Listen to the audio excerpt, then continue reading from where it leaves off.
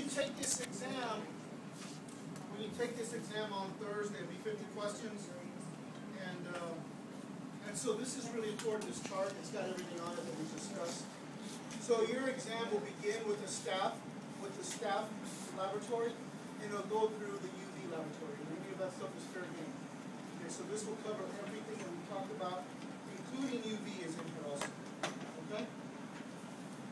Subsequent to that, we'll be doing questions that kind of look like this.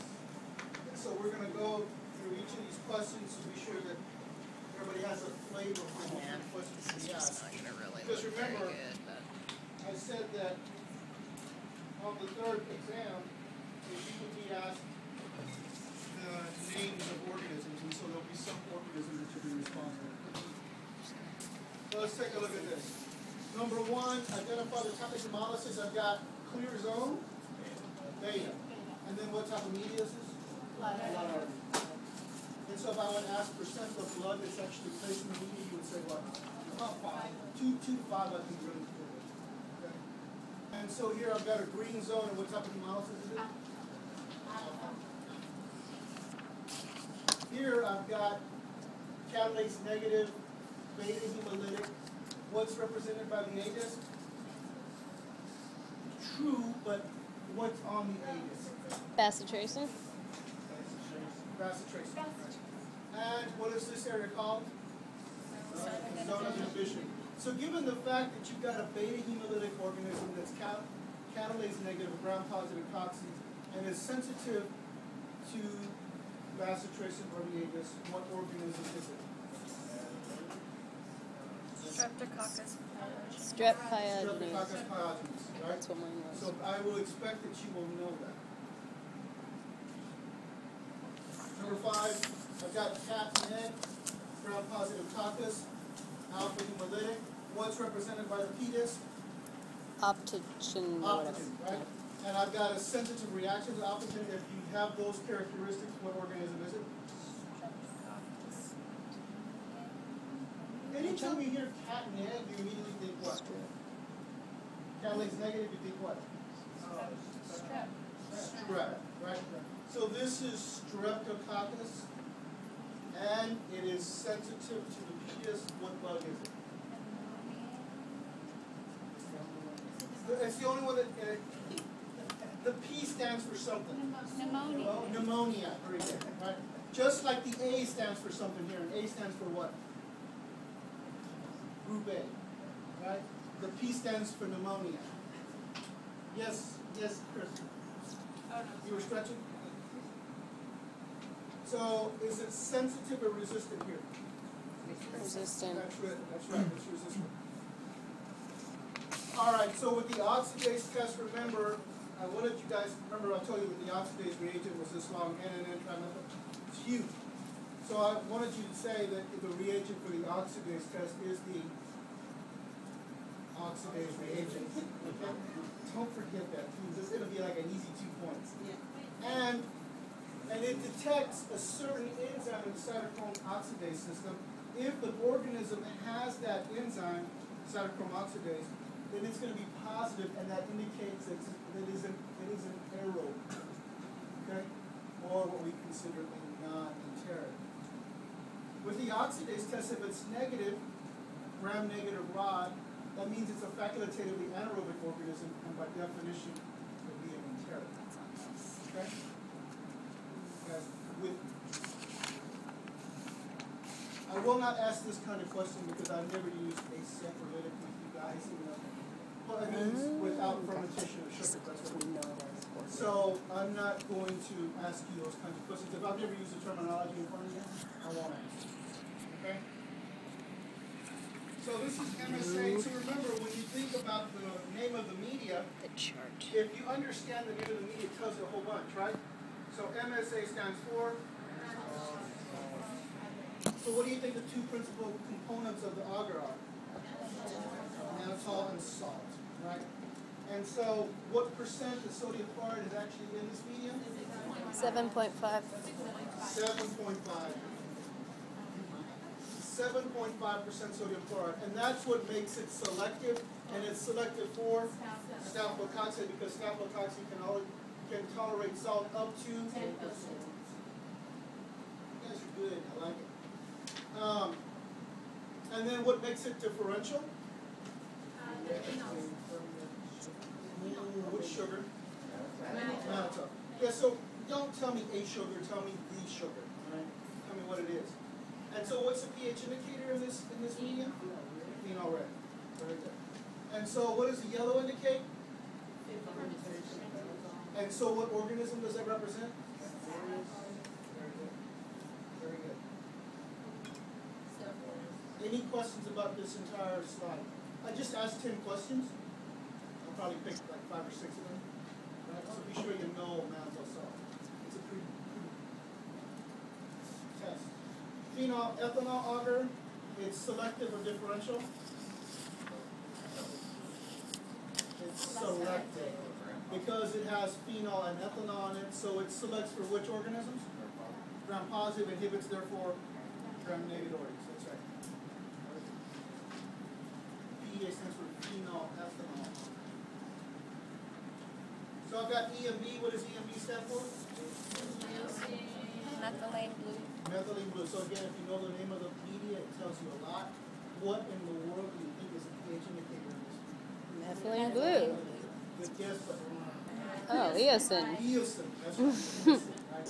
So methylene blue and biosalts serve a function in this medium. What's the function they serve?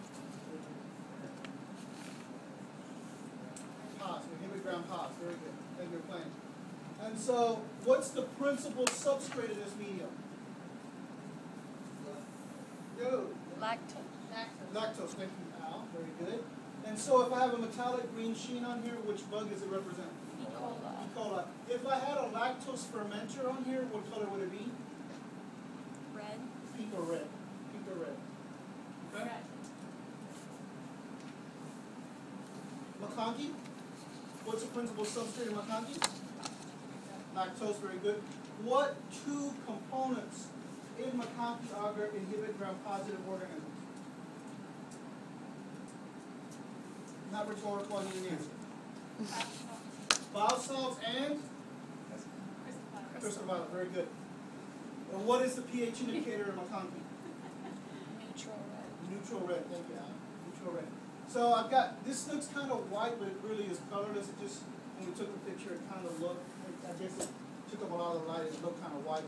So this is colorless, and the B one is pink. And so which one is a lactose fermenter? B. B, that's correct. So remember, when you talk about McConkey or mannitol, you just can't say positive or negative. You have to say lactose fermenter or non-lactose fermenter. And I'm okay if you abbreviate LF for lactose fermenter or NLF for non-lactose fermenter. Okay? But just don't say positive or negative, you're going to have a big issue with This was McConkey. that. Okay? And so if that's a lactose fermenter, then the other one is a lactose non-fermenter. Okay? Anybody answer that? What type of medium is this? It is selective. It is also differential.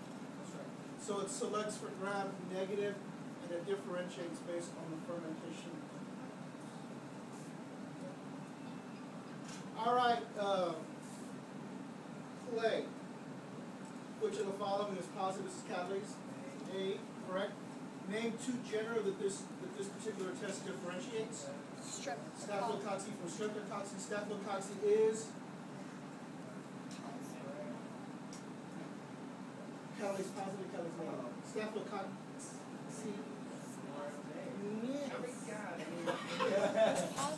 Positive or negative or catalase? Right, Staphylococcus are positive, and Streptococcus then are negative. Good, very good. Please don't tell me gram-negative, gram-positive when we talk about it. Okay. What's the substrate? Hydrogen peroxide. That's correct. Because remember, the definition of substrate, what's being broken down, enzymatically, the organism is using an enzyme catalase that's breaking down hydrogen peroxide. So hydrogen peroxide is the substrate. What's the reagent? Hydrogen peroxide. Because the definition of reagent is something that is added so that you can elucidate a result. And so it is both the substrate and the reagent. And so which medium should you never perform a catalase test from? Enriched. Blood, right? So blood agar, because it's got blood in it, it's always going to be catalase positive. Blood agar. And so, is true or false, you should perform a catalase test with a metallic loop. False. Why? Conductor. That's right, because it's a metal and it's going to react with an oxidizer and produce a variable. Very good. Which organism is coagulase positive? Staphylococcus aureus. Staph Aureus. aureus is the only one. Of all the organisms you're working with, it is the only organism. Correct. It's considered the only pathogen. Staph aureus. Describe what's the substrate of a coagulase test? Plasma. And what would a positive coagulase test look like? A clumping or clotting of the plasma. Very good. Very good. All right, you guys know this. Ladies and gentlemen, what is this called? What is this called? Field of. What's it called? Lawn. A lawn of growth. or Lawn full of growth. Okay? So identify which of these antibiotics the organism is totally resistant to. What is it? SSS. Very good. What is the standard of turbidity? A McFarland, and it's really a 1 McFarland, but a McFarland is all I need from you guys. Identify which disc the bacteria is most susceptible to. McFarland. P10. I think Very it's good. MAC. And then name 2 reasons for the colony seen in the inhibition zone at the arrow. And what of those 2 reasons would they be?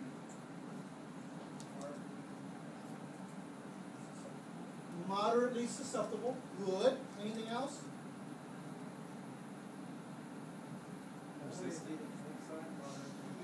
Yeah, no.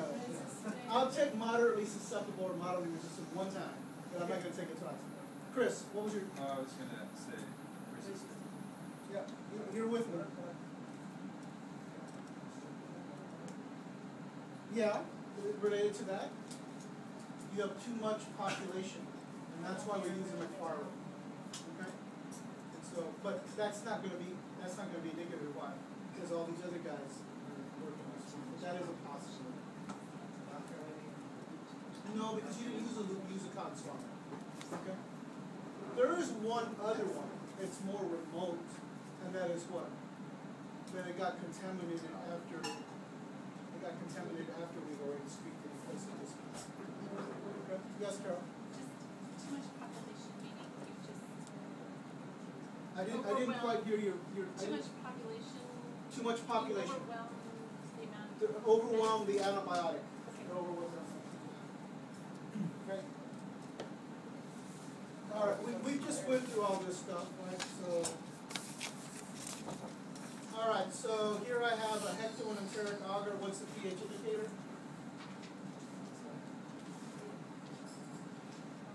Bromo, thermal, blue. And so, what's the reaction here?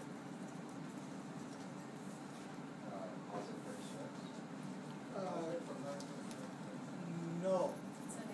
It's lactose non-fermenting, NLF plus hydrogen sulfide plasma. Okay?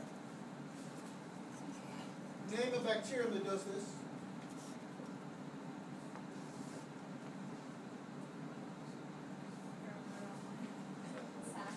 Salmonella, that's correct. Salmonella. Is that all we need to know? Salmonella. No, both. Being lactose non-fermenting and then also being hydrogen sulfide I bet plasma. he wouldn't ask us for all that. It could be. Positive or negative? Ferrous sulfate in Maybe it the can only be that one. iron immunity. Okay? Yeah. Oh, which probably I should be sure we understand. What's the principal substrate in here? Lactose. And very good. Okay, this is, what's the reaction here? Lactose fermenter. Lactose fermenter. And I won't ask the others because I never really talked about that. All right.